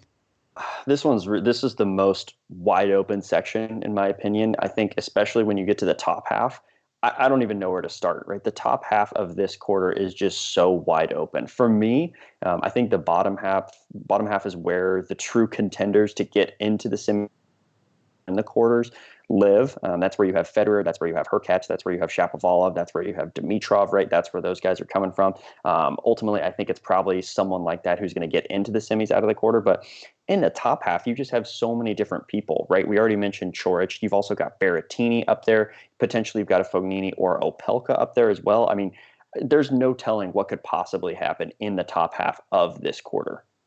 Yeah, it is wide open, that top half as well. And don't even get to the bottom half. Let's start with the top half first, because... Well, fair enough. No, I just think because the bottom half's its own monster, right? Like it is. It comes down to do you want to pick a Federer upset or not? So for Berrettini, we haven't seen him yet this year. We also haven't spoken a word about him, I feel like, yet in this preview portion. Probably the favorite to come out of his section, although if you told me Tennis Sandgren was going to make another quarterfinal run and knock him off, if you told me Sam Querrey is making first serves and forehands all day long, I could see him making the fourth round out of that section as well. So I do think Berrettini is liable to being upset. And if that happens, if Opelka knocks off Fognini, then this is the section where we get the chaos, right? There's always one where you get to, there's always one section on the year where it's like, I describe it as this is the Anchorman scene where all of the anchors are fighting, right? It's like, and whoever has the trident at the end is going to end up winning. Now, I think the Opelka serve is probably the single biggest weapon of any player just the most reliable weapon of any person in this portion of the draw. And I'm always fiending to pick one big upset. So give me Riley Opelka on that top half to make the round of 16 as well. Possible, or am I effing crazy? I mean, it's possible. I think if you're going to pick a guy aside from Berrettini, I think I know he's sort of playing both sides of the fence here on seeds on upset alert. We talked about Coric, but also you mentioned it, Coric, we're just not sure where he's at. If it's a good looking Borna Coric, I mean, this is a guy he's always good looking. He's great looking, but great looking on the court as well. Well, he's always good looking on court. His game is good looking. We'll put it that way. If Coric, if he's playing the way he needs to, there's no reason Coric cannot beat Berrettini. I mean, he's a guy who just beat Dominic Thiem, you mentioned, in the ATP Cup. Sure, then he followed it up with some not great results. But if you get to that level, there's no reason he can't take out the eight seed in Matteo Berrettini. Now I'm scared because in terms of transitive properties, I'm pretty sure I took Dominic Thiem at the top half and George beat him. So you're right. I might actually have to change that pick there. I'll also say this. A potential second round between Bublik and Opelka, like that match could be anywhere from 15 minutes to like 3 hours and 75 minutes, which ends up being 4 hours, 15 minutes, guys. Hey, good job by me.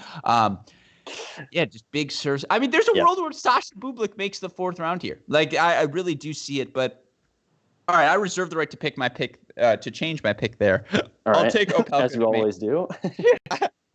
I'll take Opelka to make the fourth round.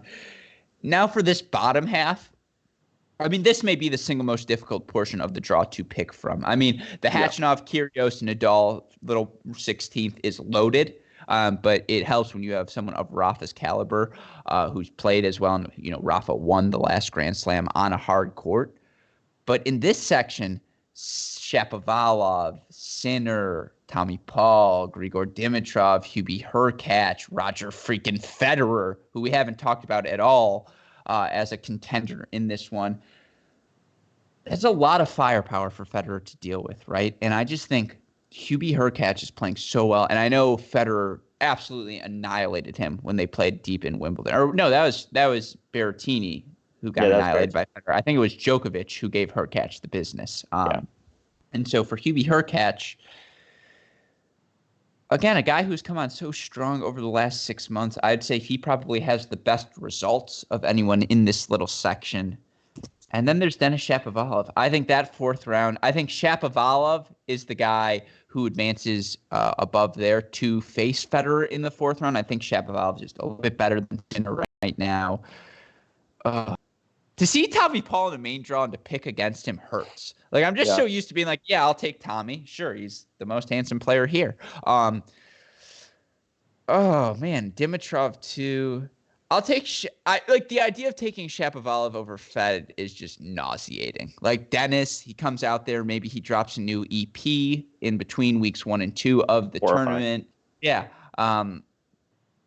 And in that moment, in that stage, although we have seen him do it to beat Nadal at home for the Rogers Cup, the way Shapovalov did would be so different than to beat Roger Federer in this scenario.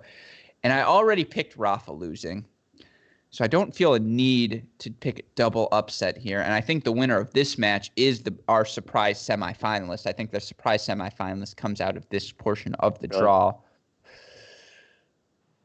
You know what? Screw it. Let's roll the dice a little bit. Give me Denis Shapovalov. My Turnitopia is not going to look the same as this. I'm going to take Hubie Hurkacz to knock off Federer, Shapovalov to subsequently knock off Hurkacz, and then Shapovalov to knock off Opelka in the fourth round. And honestly, all three of those things could not happen, and I sound like an idiot. But that's the scenario I'm feeling the most. So I'm going to take Denis Shapovalov as the quarterfinalist and ultimately semifinalist from this portion of the draw. Am I crazy? Just give me your Federer pick. Let's hear. No, I mean, so here's what I'll say about Federer. I think realistically coming out of the bottom half, there's 3 people, you just mentioned all of them, that we're eyeing who could potentially take out Federer: Hurkacz, Shapovalov, and Dimitrov. Out of those 3, from what we've seen, I think Shapovalov has the best chance to do so out of those three. Look, we saw Dimitrov do it in sets at the U.S. Open. That was a crazy match. Honestly, Fed should have buttoned that up and won regardless. But I digress, right? I think Shapovalov has looked really good. We know what he can do in this sort of environment on a hard court. I don't think you're crazy to say Shapovalov could beat Federer in this one. I really don't. I think that is playable. Look, it's a lefty. We know that Shapovalov is going to be able to bother Federer by just pinning him to the backhand side, especially off the serve. Shapovalov has a huge serve. He'll be able to slice into the body in that backhand. Sure, Federer has a ton of practice doing that against lefties like Nadal, but it doesn't, I mean, it bears repeating. It's still annoying to have to deal with, right? And especially if Shapovalov can do that, then run around, rip the inside out to the open forehand side of Federer, that play could work all day. So no, I don't think you're crazy there.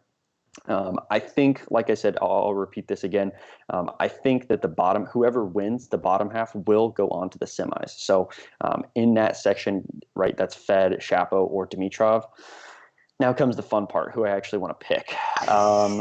Welcome to the freaking club. I mean, yeah. Shapovalov by the way, not a bad pick. It's so why you hover on this? Let me just give you some stats to go. And by the way, worst case scenario is that we see a Federer Dimitrov matchup because we've seen that plenty of times. I know Dimitrov just beat him at the U.S. Open in the quarters in 5 sets. Still a good match. It would be a great rematch, but the idea of something new, one of these young guys being thrown into the mix, because the Dimitrov generation, it's like, okay, I feel like let's move past that a little bit. Like, let's try and see what these next gen guys have. Those lost boys are lost. But you look at the head-to-heads right now. Federer 1-0 against Shapovalov, beat him 2-4 in the Miami semifinals. Hubie Hurkacz 0-1. Federer beat him 4-4 in the quarterfinals of Indian Wells. As you mentioned, Dimitrov 1-0 against Shapovalov, 2016 Canada. Dimitrov beat him 4-3 in the round of 32. So I think we can throw that one out. Yes. And then, of course, as I mentioned, Federer 7-1 over Dimitrov. And those do seem like the most likely bottom half matchups. I agree with you. I think the winner of this quarter to advance to the semis comes out of that bottom half. I'm sticking with Dennis. I'm sticking with him. The only thing is that I'll argue even with myself a little bit here. Welcome to the club on that, too. Yeah, well, potentially here, if Coric comes out hot, there's a scenario where Fed gets through the gauntlet of Shapovalov, Dimitrov, whatever combination, gets exhausted, and Coric takes him out. Now you're talking. That's a possibility. Now, I mean, that's putting a lot of stake in a 25 seed who we've seen have a lot of up and down. But in terms of if Coric is looking good, I don't hate the pick of Coric over Fed to get to the semis. Look, to quote the great Drake, now you're talking my language. Now you're talking my language. I like this a lot. To anyone who got that behind the scenes look, we're not in the same place, and yet I'm 100% sure Jamie pushed Westhoff's laptop over.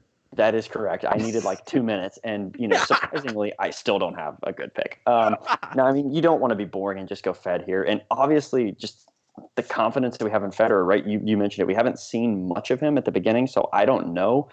I don't hate your Shapovalov pick, so I'll say this. Yeah. Put a bunch of permutations on this, but yeah.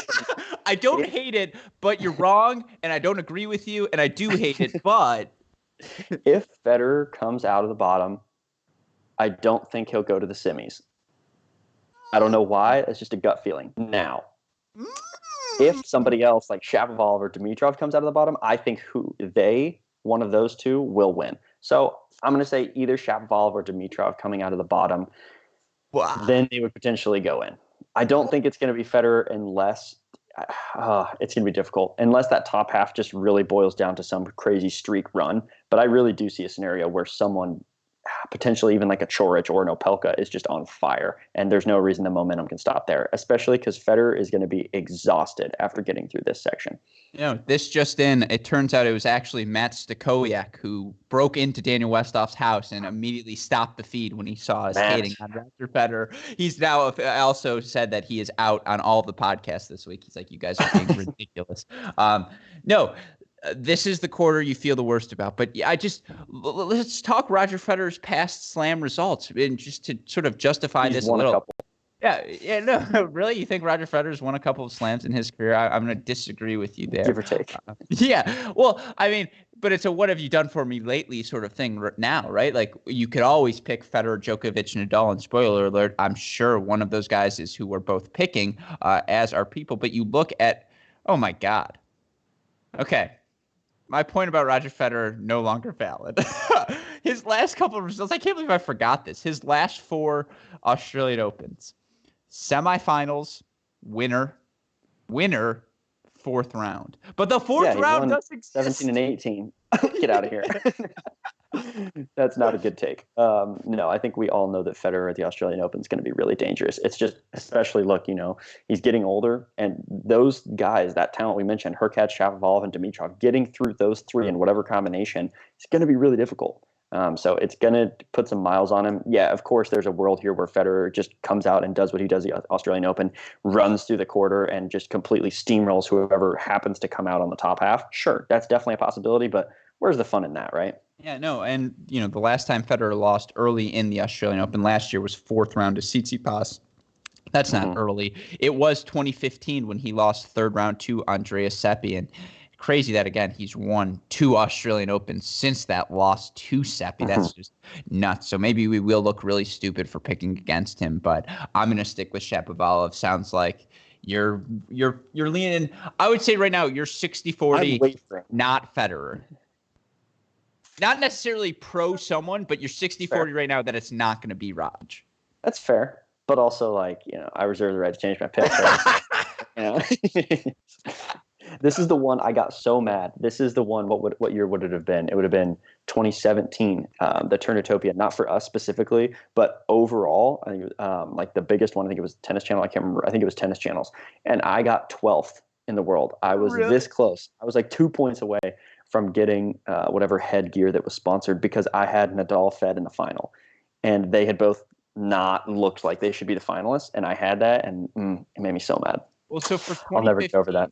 For 2015, I had not Federer. I had him losing. I think I had Kyrgios knocking him out, and I'm pretty sure I had Andy Murray beating Djokovic, and that's the final we ended up getting. That was the year Djokovic knocked off Stan 5-set semifinal 3. Yeah, you don't care. But yeah, they're a good year for Turnitopia for all of us, right? And so maybe this is a theme. Every 5 years, we just get the Australian Open for us Turnitopia-wise that works beautifully. And so hopefully this is the section that it feels like can be make or break. But apologies for that, listeners. Again, that's half the fun of doing these live videos. It's little things like that happen. For the cleaner version, Westhoff, you can write down the note, hour 30 mark, 1 hour 30 minutes, not hour 30-second mark is where that happens. But to get to our final quarter now, number 2 seed Novak Djokovic, Jamie, you look at the seeds in his portion of the draw.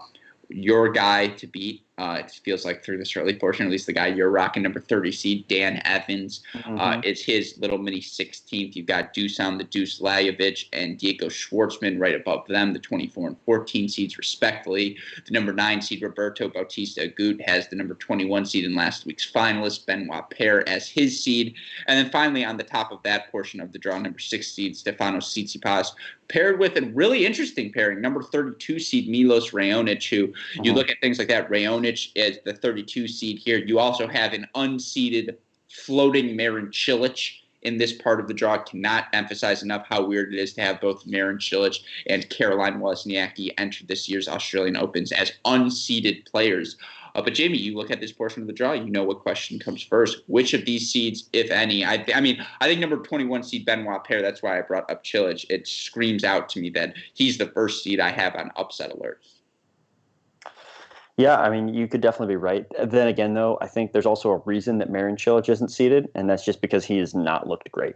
I think in terms of other seeds on upset alert, you mentioned it already, Dan Evans, he could be in some trouble at the beginning. He's got Mackie McDonald, Laszlo Djere, Nishioka up all in that little section of his. That's by no means easy. You mentioned Bautista Agut as well. That's one I've got on my list. He's got a tough first round against fellow Spaniard Feliciano Lopez. That's absolutely not going to be an easy match. From a matchup stylistically, right? It's just a weird one. You've got somebody who can grind from the baseline, but then you've also got Lopez who will do anything, play sort of an odd game, will make Bautista Agut uncomfortable. Of course, those two know their game, each other's games very well, so that makes for an odd dynamic. That's not an easy one for the 9 seed. And then Raonic, you mentioned him, the 32 seed. again, sort of similar to what we've echoed with some other guys before, but Raonic is on my list for seeds potentially to be upset just because I honestly have no idea what to expect from him. Coming into the Australian Open, I don't have an expectation for him, which maybe in some ways is good, but at the same time, like, I have no where his game's at. If he loses first, second round, I'd be like, yeah, sounds about right. Like, we haven't seen Milos up there for a reason. So those are my seeds for upset. Granted, two of those are 30 and 32 respectively. So it's hard to call those super sort of intriguing upsets, but nonetheless, seeds that could go down early. By the way, I took a shot at ASICs earlier in this podcast. Novak Djokovic, I'm seeing on Twitter right now, going to be rocking ASIC shoes during this Australian Open. So you know what? I get to change my pick now. I guess Novak Djokovic out as champion. No, I'm just kidding. I think the Feliciano Lopez-Roberto Bautista Agut first-round match is certainly interesting. Two Spaniards who are quite familiar with one another's game now. Just for Roberto Bautista Agut, all of his success last season sort of started. You forget that first-round match where he beat Andy Murray. Really good first-round match, and then from there he sort of catapulted his way through the year. Played, 2019 probably the best season of his career. For Diego Schwartzman, the 14 seed, he's going to play last week's finalist, Lloyd Harris, who ultimately lost to Rublev, but still a finalist the week before. Kyle Edmund versus the Deuce. Sure. And then my last one, it's not upset alert. But you're telling me there's not a world where Jan-Lennard Struff is just like, you know what? I'm just not missing a first serve today. And I'm not saying he beats Novak Djokovic. Let's not be crazy here. But do you remember, it must have been 2012 or 13, Wimbledon, when Alejandro Falla took a 2-0 lead on Federer in the first match, and then Federer didn't lose another set the rest of the tournament on his way to the title? Yeah. So that must have been before 2011 then. But I could see that sort of same scenario happening here for Djokovic, where it's just like, wow, Struff played really well, and Novak sort of wakes him up, and then from there it's just the Novak slam.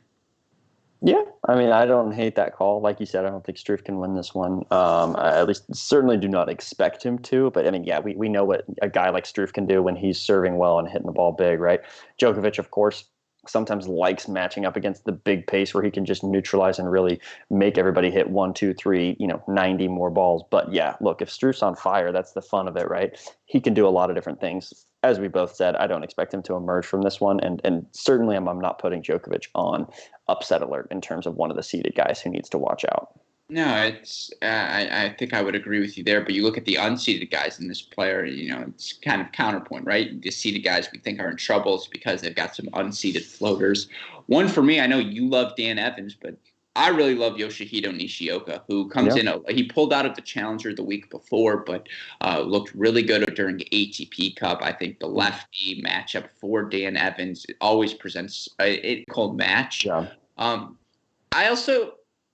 Again, give me a flyer on Christian Garin versus Milos Raonic, the number 32 seed. Garin has looked pretty good, Garin. Christian Garin has looked pretty good thus far. I know he got a couple of wins during the ATP Cup event, and we just don't know what we're going to see out of Milos Raonic, who honestly has a tough first one in Radu El-Bat before then. But Christian Garin's a guy I could see, he wins his first 2 matches, finds himself in the third round against a Tsitsipas. And at that point, it's 2 young guys. Anything can happen. Same thing for Nishioka. It's a little tough to see him in the second week because even if he knocks off Evans, it's like, well, then you get Djokovic. And I think Djokovic's presence in this portion makes it pretty difficult for any of these unseeded guys to make a deep run. But I would say Nishioka, Davidovich Fokina. I mean, I guess Garin, and then the most obvious one to circle back to it, Marin Cilic, who, sure, you tell me he knocks off Benoit Paire, Roberto Bautista Agut, finds himself in the 4th round. Yeah, it's not impossible. I think that's fair. I think one more I would add to that would be Kyle Edmund. I think we put his first round opponent on upset alert, the 24 seed, the Deuce.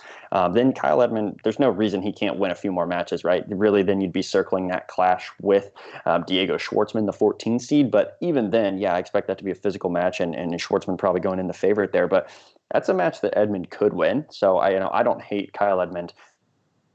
I'm looking to the second week as a pick in terms of an unseeded player who could go decently far in this one. Yeah, I think it's going to be a battle. There's only one ginger on the second week. We all know. So it's going to be Rublev, Edmund, Sinner. Like, pick one. I don't know if I would call Rublev. What do you mean? Him and Sinner look pretty similar. Like, other than the fact that one's from Italy and the other's from Russia. And you sort of see that in their faces. But outside of that, like, they're pretty similar. And then Ben Rothenberg's the American version of the two of them. It's like you have the Russian, you have the Italian, the American, of course. But it's a really interesting section of the draw. And, of course, that leads us to the thing everyone wants to hear the most. Predictions, Jamie, for this portion. 4th rounds, quarterfinals, semifinalists. Who you got? Real quick, though, do we want to go on our first round matches that we want to hit? It was only a matter of time. Hopefully, Westoff, can you fake another technical difficulty so that it looks like I didn't forget that? He was telling I'm just kidding. Yes, you're right. Yeah, I mean, we talked about so many of the first round matches. That's why. So, but yes, if you were to name 2, give me 2. I think Lopez, Bautista Agut, and then Dan Evans against Mackie McDonald. I think those are the 2 that are going to be really. What's up? Yeah, I mean, Mackie's got a good one for Dan. Yeah, it's just like your first match back from injury, and you're just like, I have to play an informed Dan Evans. That sucks. I'm going to be running a lot. Yeah, I mentioned Struff versus Djokovic. That should be a really fun one. Edmund Lajovic, obviously. Harris Schwartzman. I'll also take a flyer on Michael Moe versus Paulo Andujar. Michael Moe in our next-gen American strike zone, Jamie. So that's a guy we obviously are very well familiar with his game. Going to be interesting. I feel like his game is conducive to the hot to the hot Australian summer. So obviously the smoke adds an element into all of this, but typically Michael Moe's a guy I would expect to succeed at this portion of the year. Also, I mean, we mentioned essentially every first round, but Kohlschreiber-Giron. Like, that's pretty fun, too. I'm in on that. Yeah, but with that in mind, then, predictions. I think now it's officially time. Our last quarter. Give me your final prediction. I mean, I think this is probably the quarter that I would say just remains, I don't know, I'm not going to say boring, but in terms of what you see it at face value, it just kind of stays there, right? You've got Novak, Djokovic, and you've got Tsitsipas on the top. I don't really have any reason to believe that it won't be Djokovic and Tsitsipas fighting for the spot in the semis. I also don't have a reason to think that Djokovic won't just run through this section. Tsitsipas could come out and beat him. He's done it before, but Djokovic is the clear favorite coming out of this section. I think he holds his seed, gets to the semis here. I know it's fairly boring, but really, I mean, I don't know who else I would take. I can't envision other scenarios like we talked about in Fed's quarter that I can in Djokovic's. Yeah, I just think, the permutations there's not that many of them. There's only a couple of ways this thing is going to go. Of course, should Struff knock off Djokovic in that? That's a whole nother one. And now we'll be back on the podcast tomorrow.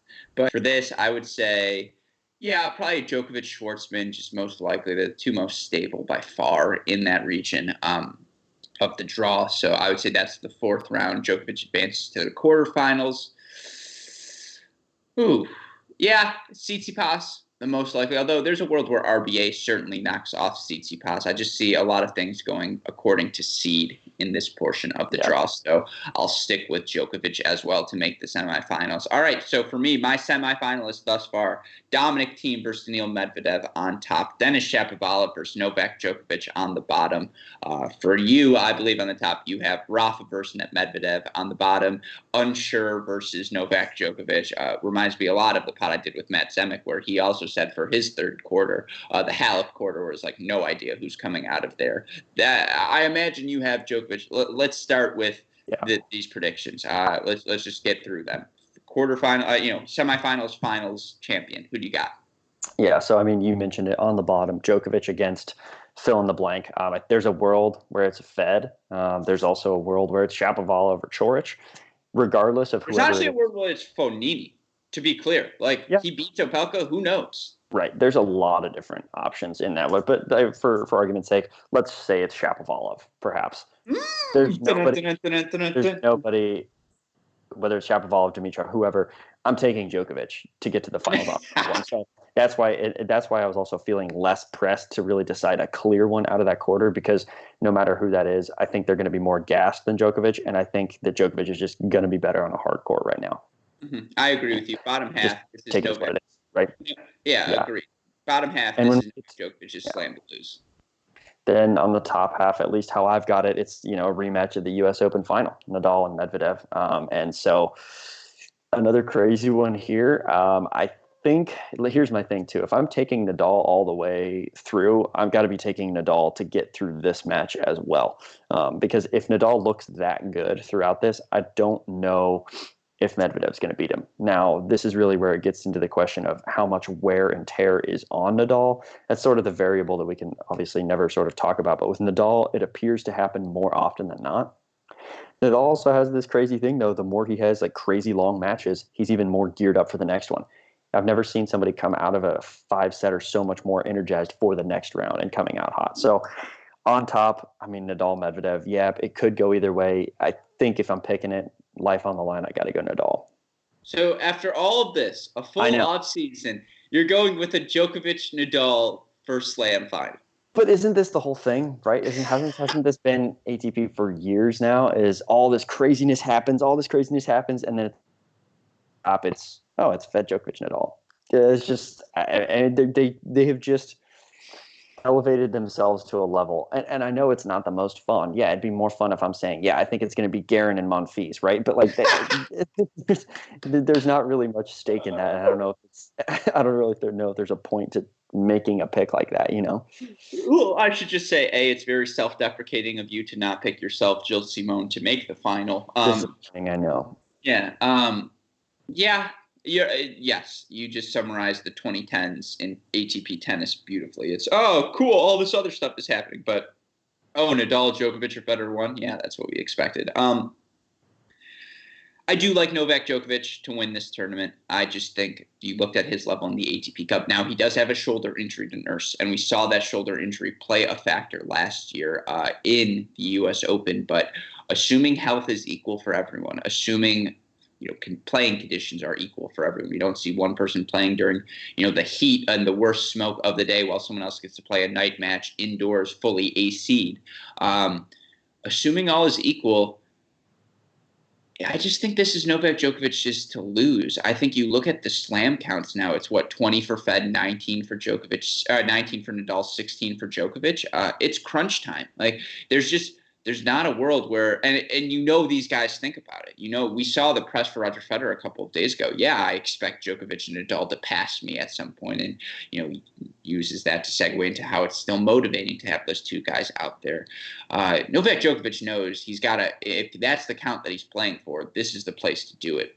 Hardcore slams have to be his slams. These next-gen guys are on the precipice of breaking through, and that's why I do think it's not going to be team. I'm going to take Daniil Medvedev to advance to his second straight slam final. I don't think he gets the job done against Djokovic, but the idea of that we get to see Daniil Medvedev take on Rafa and Djokovic in back-to-back slams, at that point he probably takes the mantle of next-gen guy to beat, at least on a hard court. Definitely. And I think that's something he's deserved with his level over there. I just think physically that Daniil Medvedev-Djokovic third-round match last year was so good. It was that was the most competitive match of the tournament for Djokovic, a match he won in 4 sets.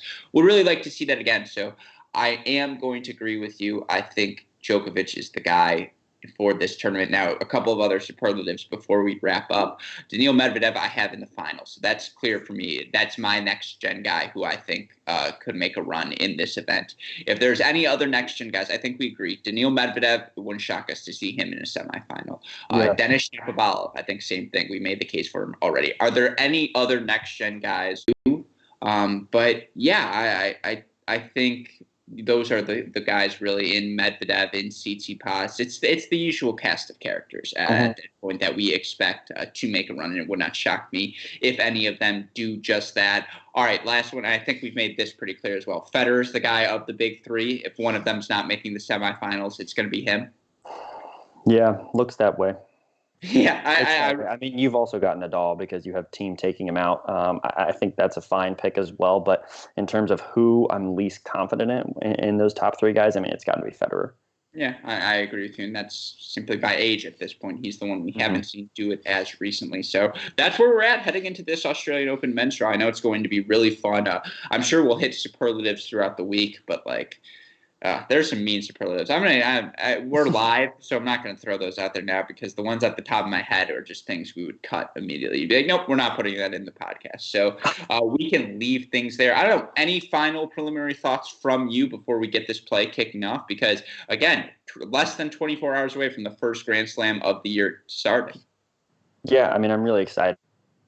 You hear it in my picks. It's like, oh, Nadal, Djokovic, here we go. But honestly, there's a big part of me that hopes that that's not the case. There's a big part of me that hopes that we see some crazy streak runs. We see some next gen really break through. I wouldn't hate to see Medvedev take his first Grand Slam. That would be fun. It's getting to the point where, I mean, look, you've talked about it. What we've seen in the 2010s, it's just been an era of dominance. Of course, at some point that has to end. It's just a matter of when. Well, I'll just say this. Now wouldn't be a bad time. So next gen guys and anyone else on the precipice, just go ahead and get some big wins, all right? Yeah, seriously. Shapovalov, we're looking at you. Just tree the entire. We are going to look very bad if you play poor. If it's like Grigor versus Federer and Federer just crushes him. If Hubie Hurkacz loses like his first round match, it's like, well, that didn't go so well. That was good. Yeah. But it was still a great time from us. And, of course, we want to give a shout-out to our friends at Diadem, at ArrowBar, for helping make these sort of live video feeds that we're doing possible. For any of you interested in Diadem rackets, and how could you not be? Of course, we have a promo code available sitting here for you. The code CR50 means you get 50% off of bags, of rackets, of strings, whatever you could want from the Diadem Sports website. Use our promo code for 50% off and get yourself looking good for this 2020 season, because it's not just the pros who are kicking off their year. I'm sure whether it's your adult league, whether you're a kid playing USTA tournaments, a college player watching, all of these different things, you want to look your best this season, and the way to do that is by partnering with our friends at Diadem. You also want to be playing your best, and to play your best, you got to feel good. Look good, feel good, play good. That's what they always say, Jamie, and the way you're going to feel good. Switch your diet up. No more junk food. Don't be throwing, I'm not going to say their brands, but s'mores-flavored granola bars. You know who gives the s'mores-flavored granola bars. You don't be eating peanut butter chocolate chip or white chocolate macadamia nut bars from those other places. Go to our friends at ArrowBar. Fuel yourself with the right stuff. These are guys, James Blake, Andy Roddick, all bought into this product because they know how good it is for tennis players. And you can use our promo code CRACKED30, that's CRACKED 30, to get yourself 30% off of your first order. So 50% off your rackets, 30% off your food. Not only are you going to be playing well in 2020, but you're going to be playing well on a budget, Jamie. That's right. Honestly, we got to get off this pod so I can go to both those websites, diadem.com, and then, of course, I gotta get all this stuff, right? Yeah, exactly. It's time. I mean, you were former Denison superstar, but you got a high school season to get ready for. And I know your teammate's gonna be that team's gonna be rocking Diadem gear. Appreciate that. Yeah, no, I got to meet the players from my high school in a couple weeks now. So yeah, they're gonna be, I don't know, they're all gonna hate me. It's gonna be great. It's gonna be a great season. Dude, you picked Shapovalov over Federer? Are you serious? They're going to be like, Coach, stop telling me to slice forehands. And I'll be like, that's what I'm here to do. Sorry, guys. There's only one way.